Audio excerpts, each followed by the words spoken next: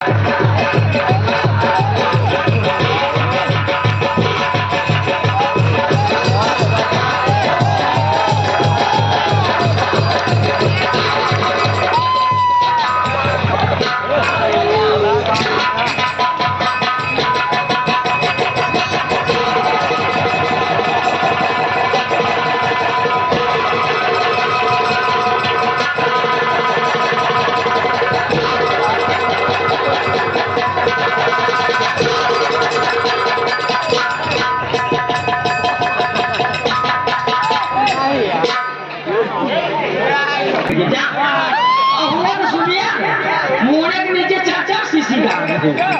बोला फिर जब बहुत खराब हो जाए हाथ खा दिया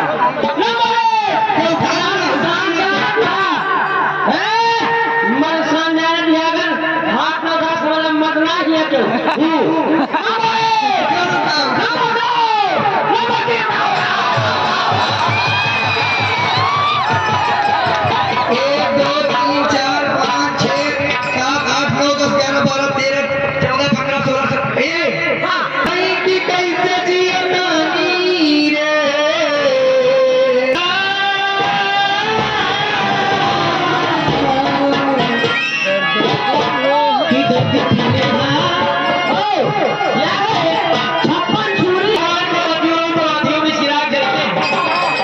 रोशनी भगवान को मंजूर हो, हाथियों में चिराग जलते हैं।